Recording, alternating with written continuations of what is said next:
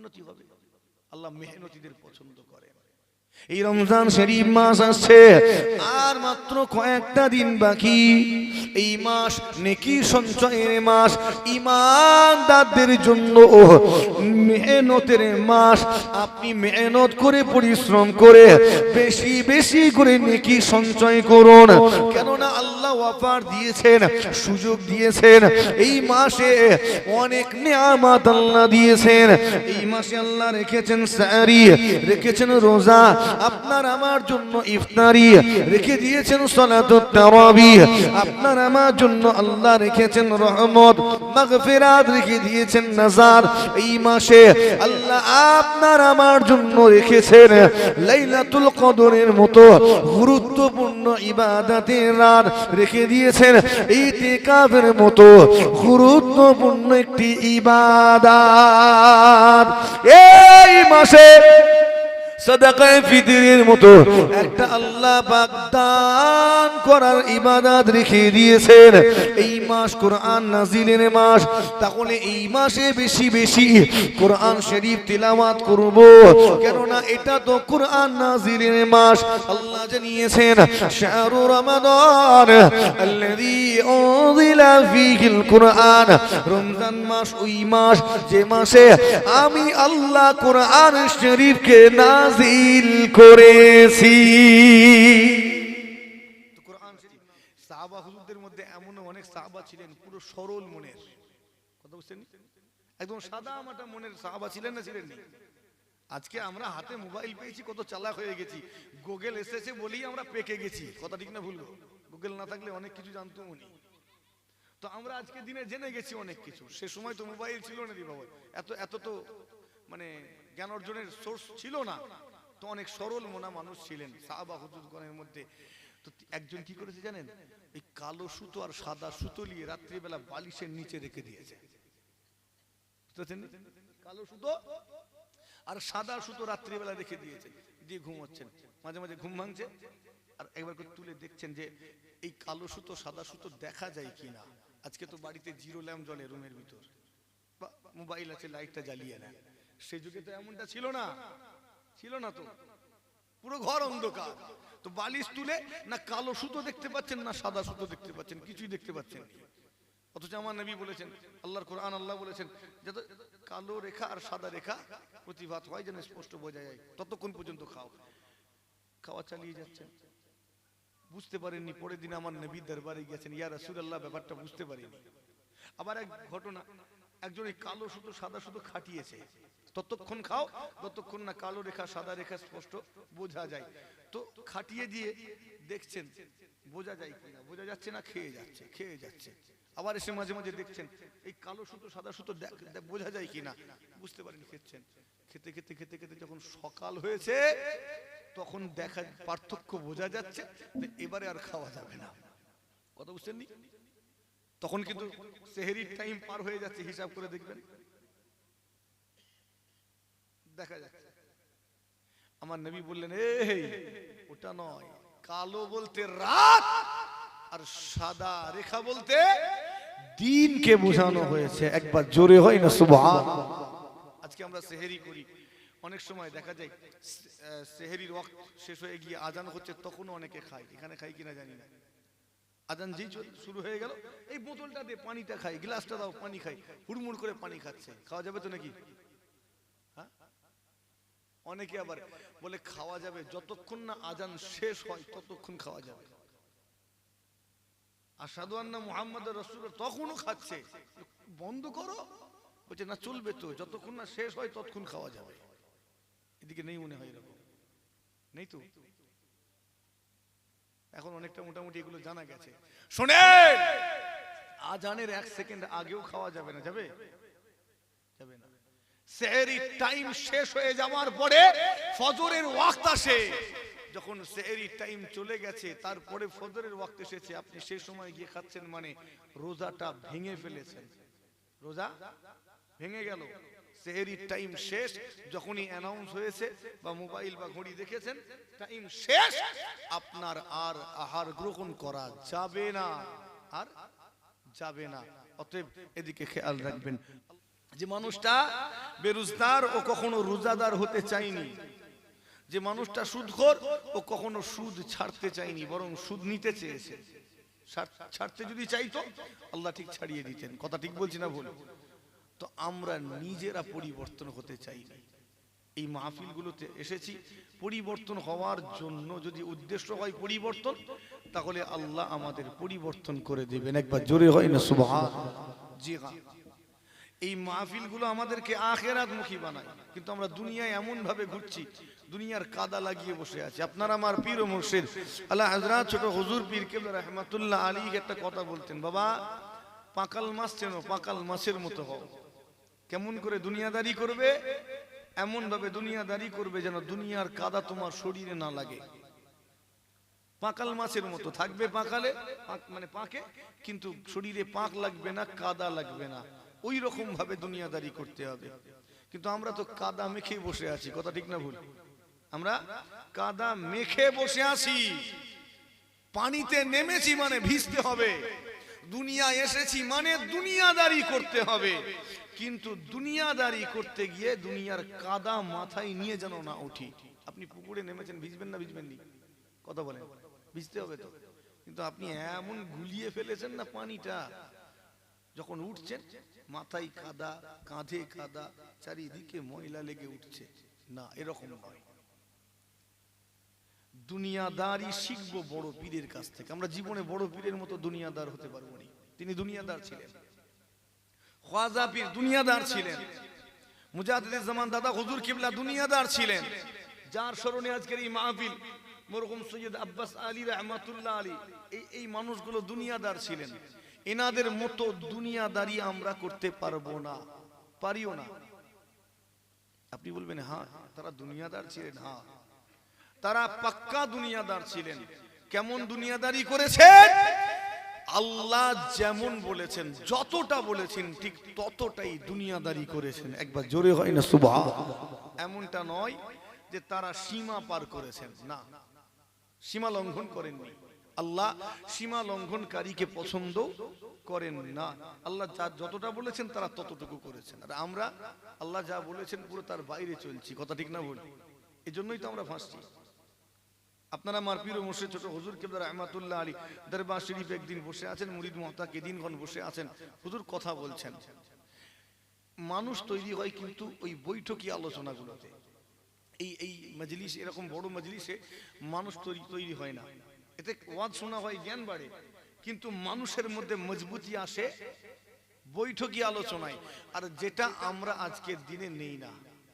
ফুরফুরা শরীফে গেলাম, নিজেদের কাজ আছে তাড়াতাড়ি মিটিয়ে আবার চলে এলাম। ঠিক না বল? দাওয়াত করতে হবে, লিখিয়ে দিলাম, আর তাবিজ তাদবির ঝাড়ফুঁক নিলাম, অথবা হালুয়া মনসুর মিঠাই কিনলাম, প্রয়োজন মিটিয়ে চলে এলাম। বসলাম না, সহবতে গিয়ে বসলাম না। যদি একটু বসি 2 ঘন্টা 3 ঘন্টা, তাহলে তাদের কথাগুলো শুনতে পাবো। আর এগুলো প্রভাব ফেলবে মানুষটার উপরে, মানুষটা মজবুত হবে, মানুষটা পরিবর্তন হবে। একবার জোরে হয় না সুবহান? হুজুর কিবলা খান সহবতে বসিয়ে আলোচনা করে করে মানুষকে পরিবর্তন করেছেন। জি হ্যাঁ, তো আমরা সেটা করি না, যার কারণে আজকের দিনে আমাদের এই অবস্থা। যেটা বলতে চাইছি, তো হুজুর কিবলা খান যেভাবে দুনিয়াদারি করেছেন আমাদের সেভাবে করতে হবে। তারা শিখিয়ে দিয়েছেন, তারা আমাদের দেখিয়ে দিয়েছেন। হুজুর কিবলা বৈঠকে আলোচনা করতে করতে আসমানের দিকে নজর গেল, দেখলেন 3টি পাখি সামনে পেছনে আগু পিছু ভাবে উড়ে উড়ে যাচ্ছে, পাশাপাশি নয়, সামনে পেছনে। আর দ্বিতীয় পাখিটা প্রথম পাখিটাকে ধরার চেষ্টা করে, প্রথম পাখিটা লাথি মেরে সরিয়ে দেয়। তৃতীয় পাখিটাও দ্বিতীয় পাখিটাকে ধরার চেষ্টা করে, লাথি মেরে সরিয়ে দেয়। মুরিদদের বললেন, বাবা দেখো তো ঘটনাটা, কিছু বুঝছো? কিছু এখান থেকে কিছু বুঝতে পারলে? তো মুরিদগণ বলছে, হুজুর এখান থেকে আমরা কি বুঝবো, আপনি আমাদের বলে দেন, আপনি বলে দেন বিষয়টা।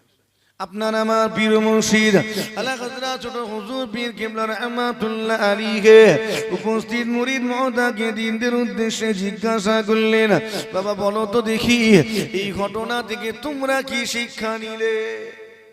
হুজুর আপনি বলে দেন। হুজুর আমার বলতে লেগেছেন, আমার মুরিদেরা, আমার মুহিব্বিন খলিফা সঙ্গী সাথীরা, ওই প্রথম পাখিটা দেখছো, যে পাখিটা দ্বিতীয় পাখিটাকে লাথি মেরে মেরে দূরে সরিয়ে দেয়, এই প্রথম পাখিটা কি জানো?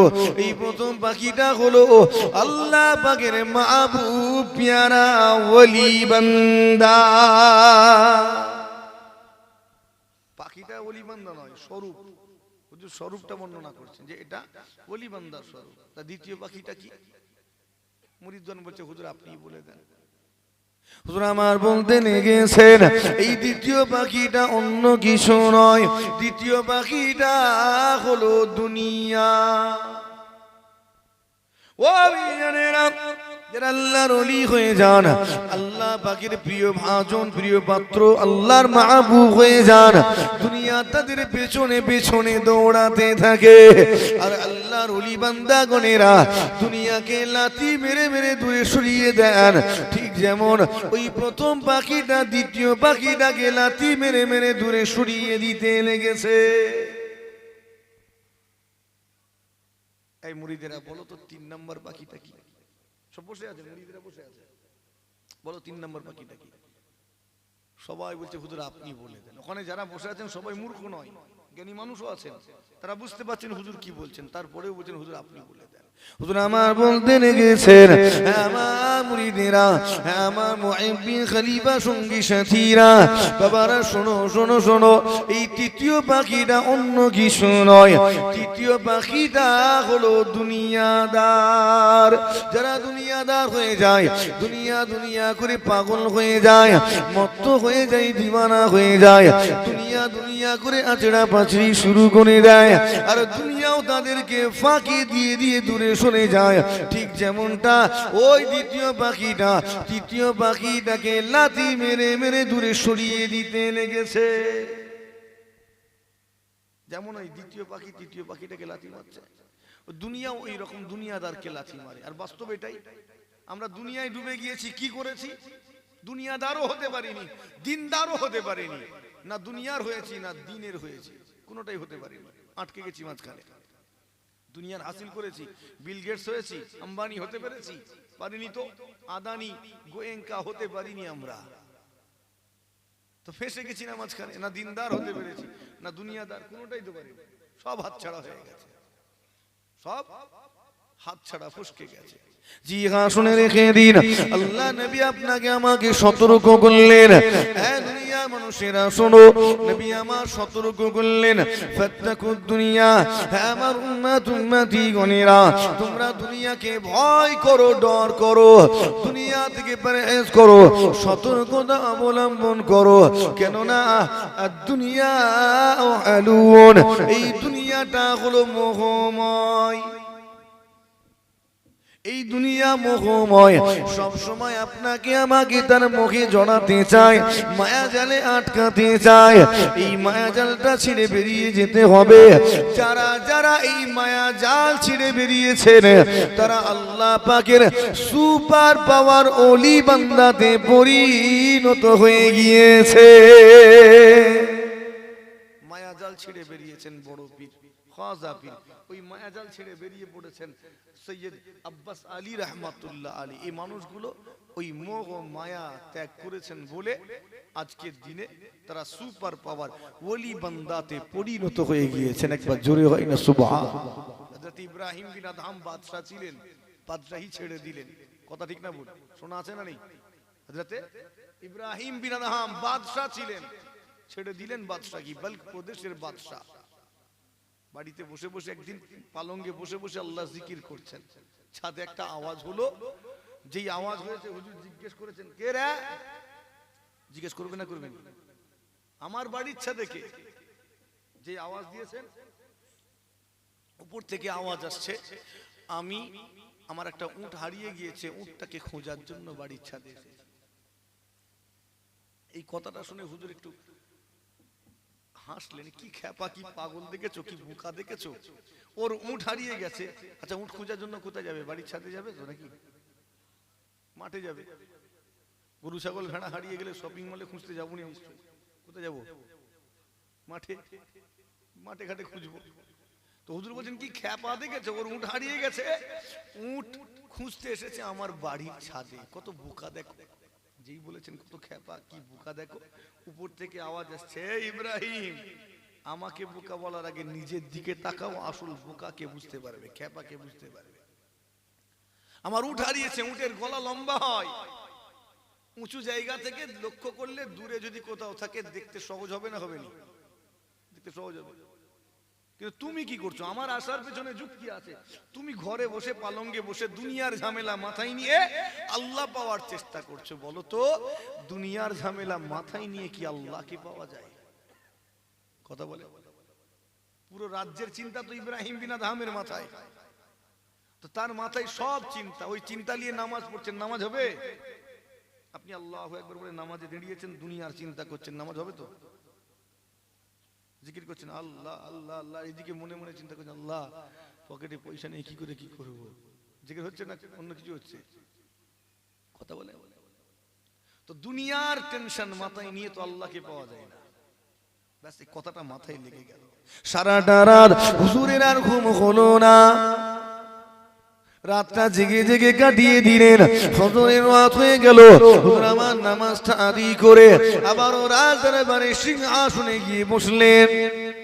এখানে একটা ঘটনা ঘটেছিল, এই ঘটনার পরে হুজুর সিদ্ধান্ত নিলেন আমি আর রাজত্ব করব না, বাদশাহী করব না, ছেড়ে দেব।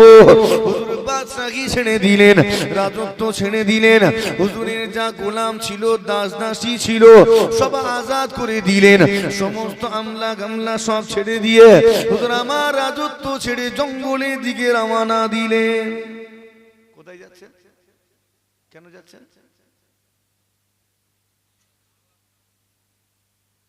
জঙ্গলে আল্লাহ পাওয়া যায়, তাহলে লোকালয়ে পাওয়া যায় না? এবার শোনা আছে তো আপনাদের, আল্লাহকে জঙ্গলে পাওয়া যায়, অন্য কোথাও পাওয়া যায় না। তাহলে সব জঙ্গলেই গেল কেন? বেশিরভাগ আল্লাহর ওলি জঙ্গলেই গেছে। আমি অনেক জীবনী পড়েছি, অনেক ইবাদত তো ঘরেও করছেন, তাহলে ওখানে কেন? কেননা দুনিয়ার চিন্তা মাথায় নিয়ে ইবাদত হয় না। ইবাদতের জন্য মনোযোগের দরকার, আন্তরিকতার দরকার। কথা ঠিক না ভুল? পূর্ণ মনোযোগ সহকারে আল্লাহর ইবাদত করতে পারবো যেদিন, সেদিন তো ইবাদত কবুল হবে। তো রাজ্যে আল্লাহ অমুক জায়গায় বিদ্রোহ শুরু হয়েছে, দমন করতে হবে, এখানে ভিতরে এই কূটনৈতিক সমস্যা, অনেক সমস্যা হয় না? তো ওসব চিন্তা মাথায় নিয়ে তো আল্লাহর ইবাদত হচ্ছে না। তো এই জন্য আল্লাহকে এভাবে পাওয়া যায় না। আল্লাহকে পেতে গেলে দুনিয়ার খেয়াল ছেড়ে দিতে হবে, নিজের পূর্ণ মনোযোগের সঙ্গে আল্লাহর ইবাদত করতে হবে। ওই ইবাদতে আল্লাহকে পাওয়া যাবে। একবার জোরে হয় না সুবহানাল্লাহ। লা সালাতা ইল্লা বিহুজুরিল কলব, হুজুরি কলব ছাড়া নামাজ হয় না। ওই হুজুরি কলবটা কি? ওটা কি? যারা তাসাউফপন্থী মানুষ তারা একটু এগুলো বুঝেন, এগুলো যেহেতু সোহবতে থাকেন তো এগুলো একটু বুঝতে সুবিধা হয়। জি হ্যাঁ, শুনে রেখে দিন, ওরা জঙ্গলে চলে যাচ্ছেন এই জন্য নয় যে জঙ্গলে গেলেই আল্লাহকে পাওয়া যায়, পালঙ্গে বসে আল্লাহকে পাওয়া যায় না, এই জন্য নয়। আপনি যদি ওই পালঙ্গে, সোনার পালঙ্গে বসে বসে একেবারে আন্তরিকতার সঙ্গে জিকির করেন, ইবাদত করেন, ওই সোনার পালঙ্গে বসে বসেই তো আল্লাহকে পাওয়া যাবে। একবার জোরে হয় না সুবহানাল্লাহ? হ্যাঁ, পাওয়া যাবে।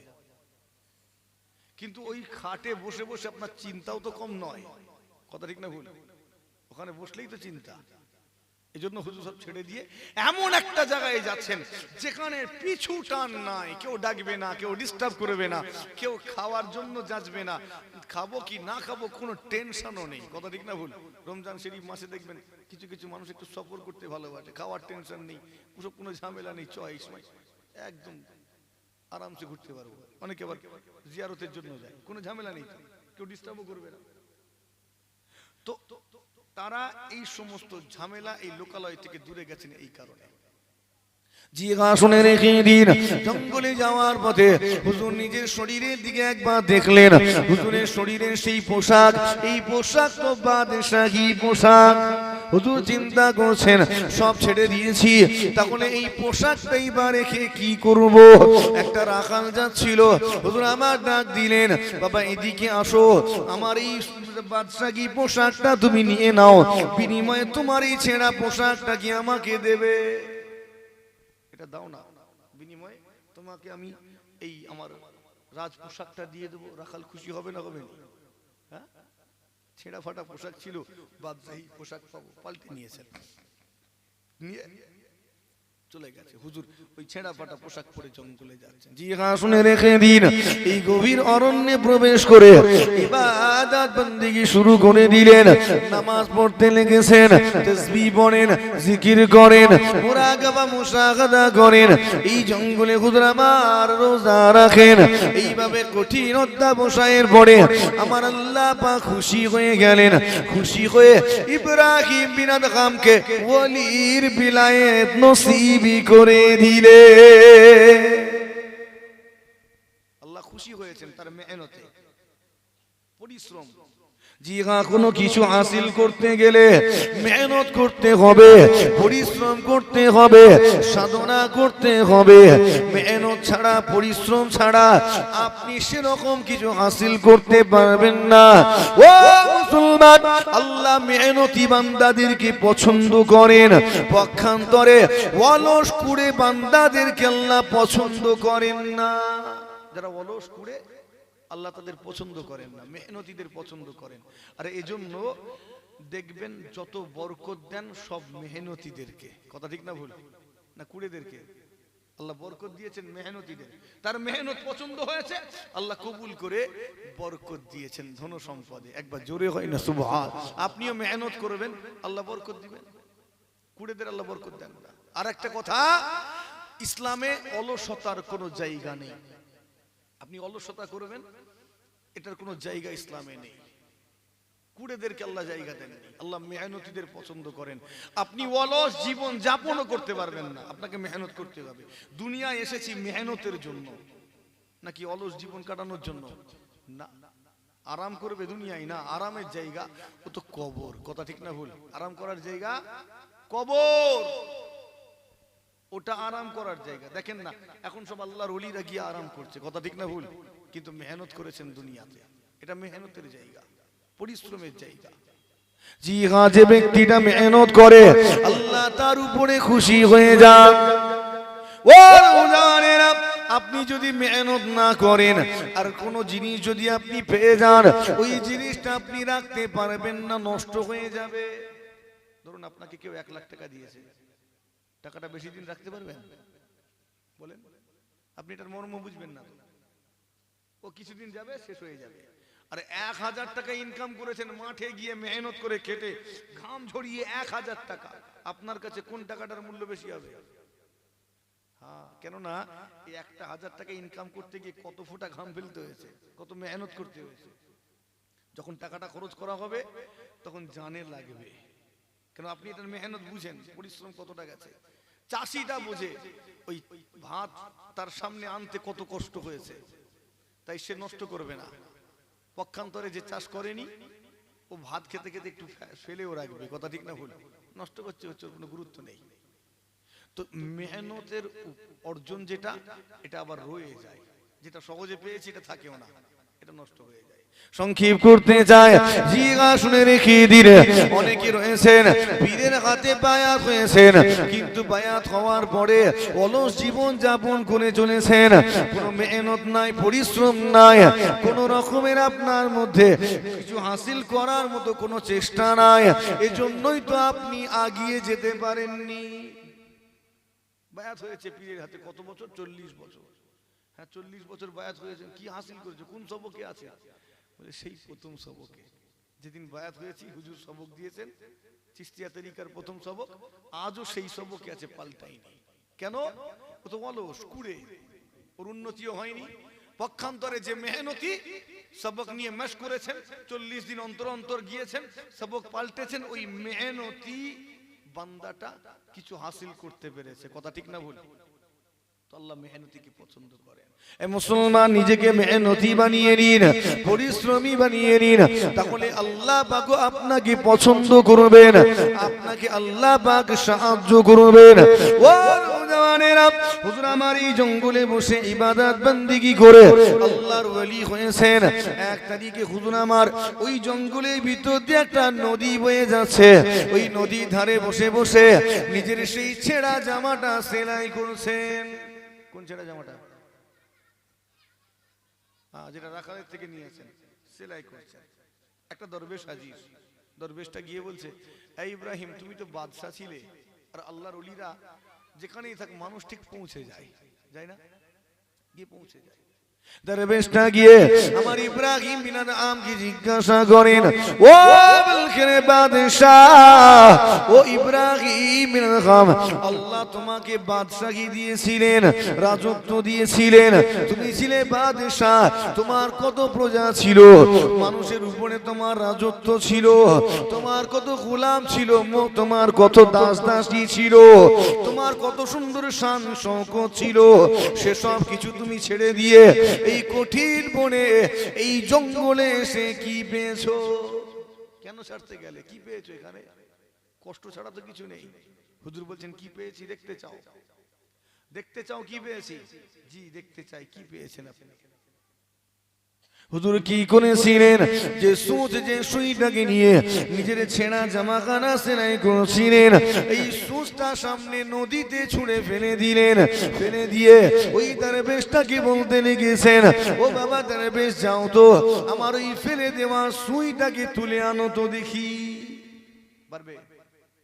একটু কথা বলেন, পারবে? চামচ পড়ে গেলে খুঁজে পাওয়া যায় না, মাঝে মাঝে বালতিও তলিয়ে যায়, খুঁজে পাওয়া যায় না। কথা ঠিক না বল? সরু সুচ বলে দিল যে আনা যাবে না, সম্ভব নয়, কুড়িয়ে পাওয়াটা সম্ভব নয়। জি হ্যাঁ, ওই সময় আপনার আমার পীর মুর্শিদ সেই ইব্রাহিম বিন আদম তিনি কি করলেন? ওই নদীর দিকে মুখ করে মাছগুলোর উদ্দেশ্যে ওয়ানা দিলেন, হুকুম দিলেন, নদীর মাছেরা, আমি ইব্রাহিম যে সুচটা, যে সুইটাকে ফেলেছি, আমার ওই ফেলে দেওয়া সুচটাকে তুলে এনে দাও। বলার সাথে সাথে ওই নদীর সমস্ত মাছেরা, ওই নদীর সমস্ত মাছেরা মুখে করে একটি করে রূপার সুচ নিয়ে নদীর ধারে এসে খাপি খেতে লাগে। কোন কোন বর্ণনায় বলা হলো যে সোনার সুচ, সোনা অথবা রূপার সুচ নিয়ে খাপি খাচ্ছে মুখে করে নিয়ে। আচ্ছা হুজুর কটা সুচ ফেলেছিলেন? জোরে বলেন। একটা। এতগুলো তো নয়, প্রত্যেক মাছের মুখে একটা করে সোনা বা রূপার সুচ। হুজুর আমার বলতে লেগেছেন, এই নদীর মাছেরা, এই নদীর মাছেরা, আমি ইব্রাহিম কোন সোনা বা রূপা সুচ ফেলি নাই, আমি একটা সাধারণ সুচ ফেলেছি। যে সুচ, যে সুইটাকে নিয়ে আমি আমার এই ছেঁড়া জামাখানা সেলাই করছিলাম, আমার ওই একটি মাত্র সাধারণ সুচকে তুলে এনে দাও। বলার সাথে সাথে সমস্ত মাছগুলো ডুবে গিয়েছিল, তাদের মধ্য থেকে একটি মাত্র মাছ আমার হুজুরের সেই ব্যবহৃত সুচটা মুখে করে নিয়ে নদীর ধারে এসে পুনরায় খাপি খেতে লাগে। আল্লাহ পাকের ওলি বলখের বাদশাহ ইব্রাহিম বিন আদম রাহমাতুল্লাহ আলাইহি হাতে করে সুচটা তুলে নিয়ে ওই দরবেশকে দেখিয়ে জিজ্ঞেস করছেন, ও বাবা দরবেশ, তুমি কি দেখতে পাচ্ছ সেই রাজত্ব ছেড়ে এই জঙ্গলে এসে আমি কি পেয়েছি? কি পেয়েছি দেখতে পাচ্ছ? আমার হুজুর বলতে লেগেছেন, ও বাবা দরবেশ শোনো, সেই দিনে আল্লাহ আমাকে বাদশাহী দিয়েছিলেন, বালখের বাদশাহ ছিলাম আমি। আমার রাজত্ব ছিল ওই বাল্খ প্রদেশের কিছু মুষ্টিমেয় মানুষের উপরে, আমার রাজত্ব ছিল। আমি সেই রাজত্ব ছেড়ে দিয়ে এই কঠিন অরণ্যে এসে আমি আমার আল্লাহকে খুশি করেছি, আমার মালিক, আমার খালিকের সন্তুষ্টি হাসিল করে করেছি, আমার আল্লাহ পাকের রিজামন্দি হাসিল করেছি, যার কারণে আল্লাহ পাক আমার উপরে খুশি হয়ে গিয়ে আজকে পুরো কায়নাতের উপরে আমার রাজত্ব দান করে দিয়েছেন। মান লাহুল মাওলা ফালাহুল কুল, মান লাহুল মাওলা ফালাহুল কুল, যে মওলার হয়ে যায়, যে মওলার হয়ে যায়, ফালাহুল কুল, কুল কায়নাত তার হয়ে যায়, যে আল্লাহর হয়ে যায়, আল্লাহ তার জন্য পুরো কায়নাতের উপরে রাজত্ব তৈরি করে দেন। ও মুসলমানের ছেলেরা, কুন মা আল্লাহ, কুন মা আল্লাহ তারাল্লাহু মাআকা, তুমি আল্লাহর হয়ে যাও, তুমি আল্লাহর হয়ে যাও, তারা তুমি দেখতে পাবে, তারা তুমি দেখতে পাবে আল্লাহু মাআকা, তোমার আল্লাহ তোমারই সঙ্গেতে রয়েছে। সেই আল্লাহর হতে হবে, যদি আল্লাহর হতে পারি, আল্লাহ আমার সঙ্গে থাকবেন না থাকবেন না? ওহুয়া মাআকুম আইনা মা কুনতুম, তিনি তো তোমার সঙ্গে আছেন, তুমি যেখানেই থাকো না কেন। একবার জোরে হয় না সুবহান। ঘরে থাকো, বাইরে থাকো, জঙ্গলে থাকো, মাঠে থাকো, যেখানেই থাকো না কেন, কিংবা তুমি এই পৃথিবীর বাইরে মহাকাশে থাকো না কেন, ওহুয়া মাআকুম, আল্লাহ তোমারই সঙ্গেতে রয়েছেন। আস্তে করে হয় না, আর একটু আস্তে করে, আরো আস্তে। মুসলমানের ছেলেরা, ও নওজওয়ানেরা, তরুণীরা, আমার মুরব্বিয়ানেরা, খেয়াল করে শুনে রেখে দিন। ইব্রাহিম বিন আদহাম এক তারিখে রাস্তা দিয়ে হেঁটে হেঁটে যাচ্ছেন, যাওয়ার পথে তিনি একটা মাতালকে দেখতে পেলেন। কাকে দেখতে পেয়েছেন? মাতাল, মদখোর, এত মদ খেয়েছে তার কোনো হুঁশ নেই, খেয়াল নেই, এত মদ গিলেছে নিজের বাড়ির রাস্তাটাও ভুলে গেছে। এরকম লোক আপনার আমার এলাকায় নেই মনে হয়, হ্যাঁ আছে? এত গিলা গিলেছে, মদ খেয়ে হুঁশ নেই, বাড়িতে গিয়ে বউকে মা বানিয়ে ফেলেছে। এরকম নেই মনে হয়। ফতোয়া দরবারে আসে মাঝে মাঝে এরকম কিছু, এই কেউ যদি বউকে মা বলে, মাসলা পড়ে যাবে না, তোর উপর ফতোয়া পড়বে না? কথা বলে না কেন? বলা যাবে? খবরদার যেন বউকে মা বলুনি, বোন বলুনি, ভাবিও বলে ফেলুনি, যেন গন্ডগোল হয়ে যাবে, মারাত্মক ফতোয়া পড়বে। হ্যাঁ, আইয়ামে জাহেলিয়া যুগের মানুষেরা তার স্ত্রীকে চিরতরে নিজের জন্য হারাম যখন করতে চাইতো, তখন বলতো আনতা কাযাউরা উম্মি, তুমি আমার কাছে আমার মায়ের মতো, ব্যাস এতটুকু বলে দিত। চিরতরে ওই স্ত্রী ওই স্বামীর জন্য হারাম হয়ে যেত। অনেকে ইয়ার কি করতে করতে বলে না, হ্যাঁ, বউকে অনেকে ভাবি সাজিয়ে ফেলছে। ফোন এসেছে বাড়ি থেকে, বউ ফোন করেছে, এই কে ফোন করেছে? বন্ধুকে বলছে আম্মা ফোন করেছে। খারাপ লাগছে মনে হয়। শুনে, স্ত্রীকে কখনো মা বলা যাবে না, বোন বা ভাবি বানানো যাবে না, কথাটা মাথায় রাখবেন। কিছু কিছু জিনিস আছে ইয়ার কি করতে করতেও লেগে যায়। যদি এমনটা কেউ করে তাহলে জিহারের মাসলা পড়ে, তাকে জানতে হবে, জিহারের ফতোয়া পড়বে। হ্যাঁ, জিহারের মাসলা জেনে নেবেন। চলেন, কিছু কিছু জিনিস আছে ইয়ার কি করতে করতে হয়ে যায়, ইয়ার কি করতে করতে মালিকানা পাল্টে যায়। হ্যাঁ, ইয়ার কি করতে করতে, হাসি মজা করতে করতে বিয়ে হয়ে যায়, হাসি মজা করতে করতে তালাকও হয়ে যায়। ঠিক বলছি না ভুল বলছি? কেউ ধরেন ইয়ার কি করে তার বন্ধুকে বলছে, এই শোন, তুই যখন সাইকেলটা এরকম করছিস, যা এই সাইকেলটা তোকে দিয়েই দিলাম, সাইকেলটা তোকে দিয়েই দিলাম। বলেন তো এই সাইকেলের মালিক কে? হ্যাঁ, আমি আর নেই, মালিক পাল্টে গেছে, দিয়ে দিলাম, ও তো দিয়ে দিয়েছে। ইসলামে মুখের কথা যথেষ্ট। সমাজে অনেক এরকম বললে ঝামেলা জড়িয়ে যাবে অনেক। মশলাগুলো একটু একটু বলছি বলে অসুবিধা হচ্ছে না তো? জেনে রাখার দরকার আছে। হ্যাঁ, ইসলাম এটা ইমানের ব্যাপার, বিশ্বাস। তুমি ইমানদার তো, বিশ্বাসী তো, তোমার এই জবানের কথাই যথেষ্ট। এই কাগজপত্রের দরকার নেই, মুখের কথাটাই যথেষ্ট। বলে দিয়েছো সাইকেল দিয়ে দিলাম, ও সাইকেল এখন ওর, তোমার আর নেই। ফতোয়া জেনে নেবেন। ইয়ার কি করতে করতে একটা ছেলে মেয়েকে বলছে আমি তোমাকে বিয়ে করলাম, আর মেয়েটাও বলে ফেললো আমি কবুল করলাম। গেল, কিছু করার নেই, বিয়ে হয়ে গেছে। ঠিক বলছি না ভুল বলছি? ঠিক বলছি না ভুল বলছি? ভুল বলছি মনে হয়। যদি কোনো ছেলে কোনো মেয়েকে বলে বা কোনো মেয়ে কোনো ছেলেকে বলে আমি তোমাকে বিয়ে করছি, আর ও বললো আমি কবুল করলাম, কিচ্ছু করার নেই, বিয়ে হয়ে গেছে। এবার ভেবে দেখেন ফোনে ফোনে এরকম কিছু হয়নি মনে হয়? হ্যাঁ, যুবক ভাইরা হাসছে, মহা সমস্যা, সামলাম না এবার। হ্যাঁ, এবারে শুধু তোমাকে দেনমোহরটা দিতে হবে। কি দিতে হবে? কি দিতে হবে?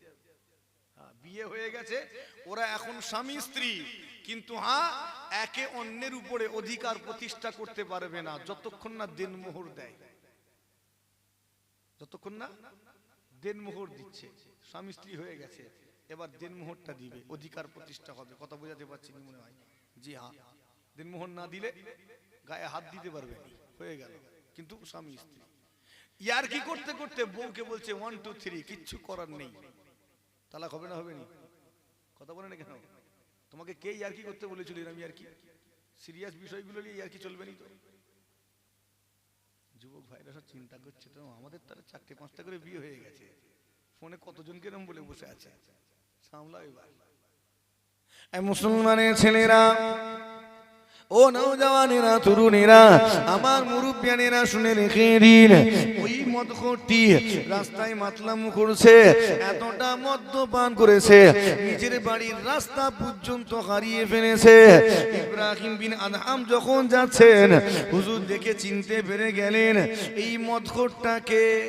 হুজুর বুঝতে পেরে গেছে, ভালো করে দেখলেন, এটা তো আমারই গোলাম, যাকে আমি আজাদ করেছি। হুজুরের 72টা দাস দাসী ছিল, গোলাম ছিল। কটা? 72টা। যখন সব ছেড়ে দিয়েছেন, ছাড়ার সময় ওই গোলামগুলোকেও আজাদ করে দিয়েছেন। একবার জোরে হয় না সুবহানাল্লাহ? তো ওই আজাদকৃত গোলামদের মধ্য থেকে একটা গোলাম আজকে মদ খেয়ে তার এই অবস্থা, দিশা হারিয়ে ফেলেছে। কিন্তু সে মাতালটা চিনতে পারেনি হুজুরকে। হুজুর যাচ্ছেন, এই আমাকে আমার বাড়ির রাস্তাটা দেখিয়ে দেবে, আমার বাড়িতে পৌঁছে দেবে। মাতালটা কি বলছে? আমাকে আমার বাড়িতে একটু পৌঁছে দেবে। হুজুর ঠিক কি করলেন? বাড়িতে পৌঁছে দেওয়ার জন্য মাত্রেন হাত ধরলেন, ধরে নিয়ে যাচ্ছেন। নিয়ে যেতে যেতে না একটা কবরস্থানের সামনে নিয়ে গিয়ে দাঁড় করিয়ে দিয়ে বলছেন, এই নাও তোমার বাড়ি এসে গেছি, তোমার বাড়ি এসে গেছি। আচ্ছা বলেন তো, আপনার সঙ্গে যদি কেউ এমনটা করে, আপনি তাকে কি করবেন? আপনাকে কেউ বললো আমাকে আমার বাড়িতে পৌঁছে দাও, আপনি কি করলেন? তার হাত ধরে নিয়ে গিয়ে কবরস্থানের সামনে দাঁড় করিয়ে দিলেন। কি মনে হয় ও আপনাকে ছেড়ে দেবে? কথা বলে না কেন? ছাড়বে তো? ছেড়ে দেবে। আপনি হলে কি করতেন? ধরেন আপনাকে, আপনি একজনকে বলেন আমার ঘরে নিয়ে চলো তো, ও কোনো জায়গায় না নিয়ে গিয়ে কবরস্থানে ঢুকিয়ে দিয়েছে, এলাও ঘরে এসে গেছি। খেপে যাবেন না যাবেননি? তো রেখে যাবেন তো? খেপে গেছে মাতালটা, ইয়ার কি পেয়েছো? তুমি আমার সঙ্গে মশকরা করছো? আমার বাড়িতে নিয়ে যেতে বললাম, তুমি কোথায় নিয়ে এসছো? কবরস্থান। হুজুর বলছেন, বাবা রেগে যাচ্ছ কেন? এটাই তো মানুষের আসল ঘর। একবার জোরে হয় না সুবহানাল্লাহ? এই আমাদের আসল ঘর কোনটা? জোরে বলেন, আসল ঘর জানা আছে তো নাকি? এটা মনে আছে? মনে নেই, এখন মনে পড়লো। এখন মনে জানেন, কিন্তু মনে ছিল না, এখন মনে পড়লো। কবর আসল ঘর, এটা যদি মনে থাকতো তাহলে আমাদের আচরণটা এমন হতো না। ভাষা পাল্টে যেত, চালচলন পাল্টে যেত, নম্র হয়ে যেতাম, পোশাক পাল্টে যেত। যদি মনে থাকতো যে কবরটাই আমার আসল ঠিকানা, তাহলে আজকে দিনে এত ঝামেলাও হতো না। কথা ঠিক বলছি না ভুল? আমাদের মনে নেই তো ওটা আমার আসল ঘর। মনে হয় চিরকালই দুনিয়ায় থাকবো, ও তো কবরে আমরা যাবো না, এরকমই মনে হয় যেভাবে দুনিয়াদারি করছি। আল্লাহ মাফ করেন। মুসলমানের ছেলেরা, ও নওজওয়ানেরা, তরুণেরা, আমার মুরব্বিয়ানেরা, আলোচনা লম্বা হয়ে যাচ্ছে, সংক্ষেপ করতে চায়। হুজুর যখন বললেন, বাবা এটাই তো মানুষের আসল ঘর, বলার সাথে সাথে ওই মাতালটা কোমর থেকে, ট্যাগ থেকে তার চাবুকটা বের করলো, আমার ইব্রাহিম বিন আদহামের উপরে প্রহার শুরু করলো। ওই চাবুকের আঘাত দিতে লাগলো, হুজুরকে বারবার করে মারে, প্রহার করে। ঘরে আঘাত করে আর হুজুর আমার তার জন্য দোয়া চান, আল্লাহ তোমাকে মাফ করে দিন, আল্লাহ তোমাকে ক্ষমা করে দিন। ওই গোলাম মাতালটা প্রত্যেকবারে হুজুরকে চাবুক মারে, প্রত্যেক চাবুকের আঘাতে হুজুর ওই গোলামের জন্য মাফি চান, আল্লাহ তোমাকে মাফ করে দিন, আল্লাহ ক্ষমা করে দিন। হুজুর পারতেন ওই মাতালের এই আঘাতের বিরুদ্ধে জবাব দিতে, পারতেন না পারতেন নি? জবাব দিতে পারতেন। হুজুর পারতেন চাবুকটা কেড়ে নিয়ে ওকে দু চার ঘা ধরাতে পারতেন না? কি মনে হয় তিনি বাদশাহ ছিলেন? অযোগ্য লোক বাদশাহ হয় না, তার সামরিক ট্রেনিং নেওয়া আছে না নেই? কি মনে হয়? কথা বলে না কেন? একজন বাদশাহ, সেই যুগের বাদশাদের তারা নিজেরাই তো যুদ্ধের নেতৃত্ব দিতেন, তো তার সামরিক শিক্ষা নেই, ট্রেনিং নেই? একটা ঘুষি মেরে ওকে ইন্নালিল্লাহ করে দিতে পারতেন। কথা ঠিক বলছি না ভুলবো? কত বড় বড় যোদ্ধাদেরকে যুদ্ধের ময়দানে তারা হারিয়েছেন, মাতালকে তো একটা মারলেই মরে যাবে। কিন্তু হুজুর জবাব দেননি, হুজুর প্রতিঘাত করেন, চুপচাপ দাঁড়িয়ে দাঁড়িয়ে মার খেচ্ছেন আর দোয়া চাইছেন, আল্লাহ তোমাকে মাফ করে দিন। একবার জোরে হয় না সুবহানাল্লাহ? জি গা শুনে রেখে দিন, হুজুর আমার তার জন্য দোয়া চাইছেন, আল্লাহ তোমাকে ক্ষমা করে দিন, আল্লাহ মাফ করে দিন। এমন অবস্থায় আরো একজন বুজুর্গ ব্যক্তি ওই রাস্তা দিয়ে হেঁটে হেঁটে যাচ্ছিলেন, তিনি এটা দেখে ছুটে এসে ওই মাতাল গোলামের হাত থেকে চাবুকটা কেড়ে নিলেন। ওরে মাতালি কি করো তুমি? তো দেখি তোমার সেই পুরনো মালিককে আঘাত করো। এ কি করছো তুমি? তোমার পুরনো মালিককে মারছো? মাতাল তখন বলছে, পুরনো মালিক মানে? পুরনো মুনিব মানে কেইনি? মাতাল চিনতে পারেনি তো, কেননা এখন তো তার শরীরে আর সেই বাদশাহী পোশাক নেই। কথা বুঝছেন নি? কেমন নিজেকে পাল্টেছেন, কেমন পাল্টেছেন, নেই তো চিনতে পারেন কেইনি। ওই বুজুর্গ ব্যক্তিটা বলেছিলেন, ওরে মাতাল, ওরে গোলাম, ইনি তোমার সেই পুরনো মালিক যিনি তোমাকে আজাদ করেছিলেন, তোমাকে স্বাধীন করেছিলেন। ইনি হলেন সেই বলখের বাদশাহ ইব্রাহিম বিন আদগাম। এবারে মানুষটার হাল কি হবে, কি অবস্থা হবে? এবার হাই হাই, আমি কাকে মেরেছি? কথা বুঝছেন নি? সঙ্গে সঙ্গে ওই মাতাল গোলামটা আমার ইব্রাহিম বিন আদহামের কদমে লুটিয়ে বললেন, হুজুর আমি আপনাকে চিনতে পারিনি, আপনাকে বুঝতে পারিনি, হুজুর আমাকে মাফ করে দিন, আমি আপনাকে অনেক আঘাত করেছি, অনেক প্রহার করেছি, কষ্ট দিয়েছি, হুজুর আপনাকে তো আমি চিনতে পারিনি, আমাকে মাফ করে দিন, ক্ষমা করে দিন। হুজুরের কদমে লুটিয়ে পড়ে জড়ামড়ি করে কাঁদে, হুজুর আমাকে শাস্তি দিবেন না, হুজুর আমাকে কোনো শাস্তি দিবেন না, হুজুর আমি চিনতে পারিনি, আমাকে মাফ করে দিন। ও আল্লাহর ওলি ইব্রাহিম রাহমাতুল্লাহ আলাইহি ওই সময় কি বলেছিলেন, ও বাবা গোলাম, এইভাবে তোমাকে মাফি চাইতে হবে না, কেননা আমি তো তোমাকে এমনি এমনি মাফ করে দিয়েছি। এভাবে মাফ চাইতে হবে, আমি এমনি তোমায় মাফ করে দিয়েছি, মাফ চাইছো কেন? মাতালের ঘোর তখন কেটে গেছে। কথা বুঝছেন নি? অনেক আগেই কেটে গেছে। মাতালটি বলতে লেগেছে, হুজুর আমি আপনাকে প্রকার করেছি, কষ্ট দিয়েছি, বারবার করে চাবুকের আঘাত দিয়েছি, আপনি ইচ্ছা করলে আমাকে জবাব দিতে পারতেন, আমাকে আপনি প্রতিঘাত দিয়ে জবাব দিতে পারতেন, কিন্তু আপনি সেটা করেননি। দাঁড়িয়ে দাঁড়িয়ে আপনি মার খেয়েছেন, সহ্য করেছেন, আর আমার জন্য দোয়া চেয়েছেন। হুজুর বারবার করে আমার জন্য দোয়া চাইছিলেন, আমার মাগফিরাতের জন্য, আমার গুনাহ মাফির জন্য কেন দোয়া চাইছিলেন? আমি আপনাকে মারছি, আপনি আমার জন্য দোয়া চাইছেন, হুজুর কেন এমন করছিলেন? আপনি তো আমাকে জবাব দিতে পারতেন, ঘুরিয়ে পারতেন না? পারতেন? কথা বলে না কেন? পারতেন। হুজুর ওই সময় কি বলেছিলেন? মুসলমানের ছেলেরা, এই আদর্শগুলো আমাদেরকে নিতে হবে। আজকে তামাম দুনিয়া জমিনে ইসলাম এমনি এমনি ছড়িয়ে যায়নি গো, ইসলাম ছড়িয়ে গিয়েছে তার আদর্শের কারণে। এই আদর্শের কারণে মানুষ যুগে যুগে ইসলামের প্রতি আকৃষ্ট হয়েছে আর কালেমা পড়ে মুসলমান হয়ে গিয়েছে। ও রুজানেরা, ওই আল্লাহর ওলি বলখের বাদশাহ ইব্রাহিম ওই সময় কি বলেছিলেন? ও বাবা গোলাম শোনো, আমি তোমার জন্য কেন দোয়া চাইব না? আমি কেন তোমার জন্য দোয়া চাইব না বলো? তুমি তো আমাকে জান্নাতি হতে সাহায্য করেছিলে। হুজুর আমি তো আপনাকে মারছিলাম, আমি জান্নাতি হতে সাহায্য করলাম কোথায়? এই আপনারা আওয়াজ শুনছেন কি?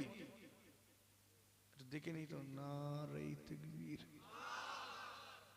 আওয়াজ মনে হচ্ছে শুনছেন, নারে তাকবীর। আওয়াজ শুনছে, নারে তাকবীর। মাঝে মাঝে একটু দেখে নিতে হয় না? তো চলেন, হুজুর আমি তো আপনাকে মারছিলাম, আপনাকে জান্নাতি হতে সাহায্য কি করে করলাম? হুজুর তখন বলেছিলেন, ও বাবা গোলাম শোনো, তুমি যখন আমাকে মারছিলে, প্রহার করছিলে, আমি তখন সবর ইখতিয়ার করেছি। তুমি তো আমাকে আমার সবর করতে সাহায্য করছিলে। আমি জবাব দিতে পারতাম। আর আল্লাহ আত্মরক্ষার পারমিশন দিয়েছেন না দেননি? কথা বলে না কেন? এই অধিকার তো আল্লাহ দিয়েছেন। যদি আমাকে কেউ আঘাত করে আমি তো আত্মরক্ষা করব, এই পারমিশন আল্লাহ দেননি? আমি পারতাম জবাব দিতে, কিন্তু আমি ওটাকে বেছে নেইনি, আমি সবর করাটা বেছেছি। একবার জোরে হয় না সুবহানাল্লাহ? শোনেন, জবাব না দেওয়ার পেছনেও কারণ আছে। একদা আমার নবী পাক সাল্লাল্লাহু আলাইহি ওয়াসাল্লামের মজলিসে হযরতে আবু বকর হুজুর বসে আছেন। কে বসে আছেন?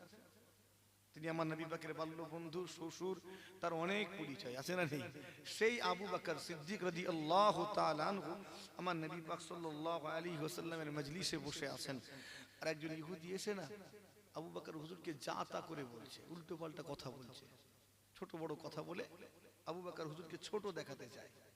আর যখন এরকম করছে, আবু বকর হুজুর কোনো কথা বলেননি, পুরো শান্ত থেকে চুপচাপ তার কথাগুলোকে শুনছেন, একটাও জবাব দিচ্ছেন না। একবার জোরে হয় না সুবহানাল্লাহ? কোনো জবাব দেননি, অথচ বলে যাচ্ছে। কতক্ষণ চুপ করে থাকবে? ও তো বলেই যাচ্ছে লাগাতার, মাথা গরম হবে না? হবে না? অনেকক্ষণ নিজেকে কন্ট্রোল করার পরে ওই মানুষটা যখন বলা বন্ধ করেনি, বলেই যাচ্ছে, তখন আবু বকর হুজুর বলা শুরু করলেন। যেই আবু বকর হুজুর কিছু বললেন, সঙ্গে সঙ্গে আমার নবী পাক ওই মজলিস থেকে উঠে চলে গেলেন, সরে গেলেন। অথচ এতক্ষণ ওই মানুষটা বলছে, আবু বকর শুনছে, এটা দেখে আমার নবী মুচকে মুচকে হাসছেন। আর যখনই আবু বকর হুজুর জবাব দিতে গেলেন, তখন আমার নবী চলে গেলেন। আবু বকর হুজুর বুঝতে পেরে গেছেন যে আমার নবী অসন্তুষ্ট হয়েছেন। ব্যাপারটা কি জানতে চাইবে না? চাইবে না? ব্যাপারটা কি? এভাবে চলে গেলেন কেন? আমার আবু বকর সিদ্দিক রাদিয়াল্লাহু তাআলা আনহু আস্তে আস্তে করে আমার নবী পাকের দরবারে গিয়ে হাজির হলেন। আমার নবীকে বলতে লেগেছেন, ইয়া রাসূলুল্লাহ, ইয়া হাবিবাল্লাহ, হুজুর আপনি কি শুনেননি ওই মানুষটা আমাকে কিভাবে জবানের দ্বারা আঘাত করেছিল? ওই মানুষটা কেমন ছোট বড় কথা বলছিল, আমাকে ছোট করে দিচ্ছিল। যখন আমি চুপ করে আসি, মানুষটা কথা বলেই যাচ্ছে, বলেই যাচ্ছে। আপনি তখন মুচকে মুচকে হাসছেন। আপনি কি দেখেননি কেমন করে আমাকে ছোট করছিল? অথচ আপনি তখন হাসছেন। আর যখনই আমি আবু বকর কিছু বলতে গেলাম, আপনি অসন্তুষ্ট হয়ে চলে এলেন। ইয়া রাসূলুল্লাহ, আপনি এমনটা কেন করলেন? আল্লাহ নবী ওই সময় কি বলেছিলেন? ও বাবাজি আবু বকর, আমি কেন হাসছিলাম জানো? কেননা যতক্ষণ ওই মানুষটা তোমাকে কথা শোনাচ্ছিল, তুমি চুপ করে সহ্য করছিলে, কোনো জবাব তুমি দাওনি, চুপ করেছিলে। যখন তুমি চুপ করেছিলে আমি রাসূলুল্লাহ দেখতে পাচ্ছিলাম আল্লাহ পাক তোমার পক্ষ নিয়ে জবাব দেবার জন্য ফেরেশতাদের পাঠিয়ে দিয়েছিলে। তুমি চুপ করেছিলে, আল্লাহর ফেরেশতারা তোমার হয়ে ওকালতি করছিল। একবার জোরে হয় না সুবহানাল্লাহ। এজন্য আমি হাসছিলাম যে দেখো আমার আবু বকরের হয়ে আল্লাহর ফেরেশতারা পর্যন্ত জবাব দেয়, লড়াই চালিয়ে যায়। একবার জোরে হয় না সুবহানাল্লাহ। এজন্য হাসছিলাম। কিন্তু বাবা আবু বকর, তুমি যখনই মুখ খুলেছো, তুমি যখনই নিজে থেকে জবাব দিতে গেছো, সঙ্গে সঙ্গে ওই ফেরেশতারা তোমাকে তোমার হালে ছেড়ে দিয়েছেন। কথা বুঝতে পারেননি মনে হয়? যতক্ষণ চুপ ছিলে তোমার হয়ে তারা কথা বলছিল, কিন্তু তুমি যখন দায়িত্ব নিয়েছো নিজের হয়ে নিজেই ওকালতি করবে, তারা আর তোমার পক্ষে নেই, তারা হাল ছেড়ে দেয়। তুমি তোমার মতো, এবার তুমি তো একা পড়ে গেলে। এজন্য আমি রাসূলুল্লাহ চলে এসেছি। এই বলেন তো, দোয়া তিনজনের দোয়া দ্রুত কবুল হয়, আপনার জানা আছে? দাওয়াতুল মুসাফির, মুসাফিরের দোয়া। আর কার কার দোয়া বলেন না? দাওয়াতুল মুসলিম, অত্যাচারিত ব্যক্তির দোয়া আল্লাহ কবুল করে নেন। একবার জোরে হয় না সুবহানাল্লাহ। কেন? সে তো অত্যাচারিত, সে জুলুমের শিকার। তো সে যখন কোনো দোয়া চায় না, তার হয়ে তো কেউ সাহায্য করার নেই। কথা ঠিক না ভুল? তার হয়ে কেউ আছে সাহায্য করার নেই, তো এই জন্যই তো সে অত্যাচারিত। তো সে যখন কোনো দোয়া চায়, আল্লাহ ও দোয়াকে কোনো জায়গায় আটকে রাখেন না, সরাসরি কবুল করেন। একবার জোরে হয় না সুবহানাল্লাহ। আর একটু আস্তে করে, আর আস্তে। মুসলমানের ছেলেরা আলোচনা সংক্ষেপ করতে যায়, নিজেকে পরিবর্তন করুন। আমার ইব্রাহিম হুজুর বলতে গেছেন, বাবা গোলাম শোনো, আমি কেন তোমার জন্য মাফি চাইবো না? তুমি তো আমাকে জান্নাতি হতে সাহায্য করেছিলে। যখন তুমি আমাকে প্রহার করেছিলে, আমি সবর ইখতিয়ার করেছিলাম। আমি সবর করেছি, মানে ইন্নাল্লাহা মা'আস সাবিরিন, আল্লাহ সবরকারীদের সঙ্গে থাকেন। আমি সবর করেছি, মানে আল্লাহ আমার সঙ্গে রয়েছে। আল্লাহ যার সঙ্গে থাকে সে জান্নাতে যাবে না জাহান্নামে যাবে? কথা বলেন। এখন আপনার মধ্যে সবর আছে তো নাকি? হ্যাঁ, একটুতেই অধৈর্য হয়ে যান না তো? কথা বলে না কেন? হয়তো আমি লেটে এসেছি, অনেকে অধৈর্য হয়েছেন। আমাদের মধ্যে সে ধৈর্য নেই। অথচ হুজুর কেবলাদের জামানায় হুজুর আসছেন ফুরফুরা শরীফ থেকে গরুর গাড়ি করে টুকটুক টুকটুক করে, মুরিদ দাঁড়িয়ে আছে বর্ষার সময় ছাতা নিয়ে, একটা হ্যাচা কি হারকেন নিয়ে দাঁড়িয়ে আছে। ওর হুজুর আসছে তো আসছে, মুরিদও দাঁড়িয়ে আছে, সরে যায়নি। এরকম জিজ্ঞেস করবেন বয়োজ্যেষ্ঠ মানুষদেরকে, দাঁড়িয়ে দাঁড়িয়ে অপেক্ষা করছে। 6 ঘন্টা হয়ে গেছে, দাঁড়িয়েই রয়েছে। কেন? আমার পীর আসছে। একবার জোরে হয় না সুবহানাল্লাহ। বর্তমানে আমাদের মধ্যে সবর আছে নেই? আমরা এটা ইখতিয়ার করি না। সংক্ষেপ করে নিজেকে পরিবর্তন করুন। হুজুর আমার বলতে লেগেছেন, আমি তোমাকে মাফ করেছি। তুমি আমার কাছে মাফ চাওয়ার আগে আমি তো তোমাকে মাফ করেছি। কেন মাফ করেছি জানো? কেননা আল্লাহ পাকের কোরআন আল্লাহ ঘোষণা দিয়েছেন, লা ইয়ারহামুল্লাহু মান লা ইয়ারহামুন নাস, লা ইয়ারহামুল্লাহ, আল্লাহ রহম করেন না, দয়া করেন না, মান লা ইয়ারহামুন নাস, যে অন্য মানুষের উপরে দয়া করে না।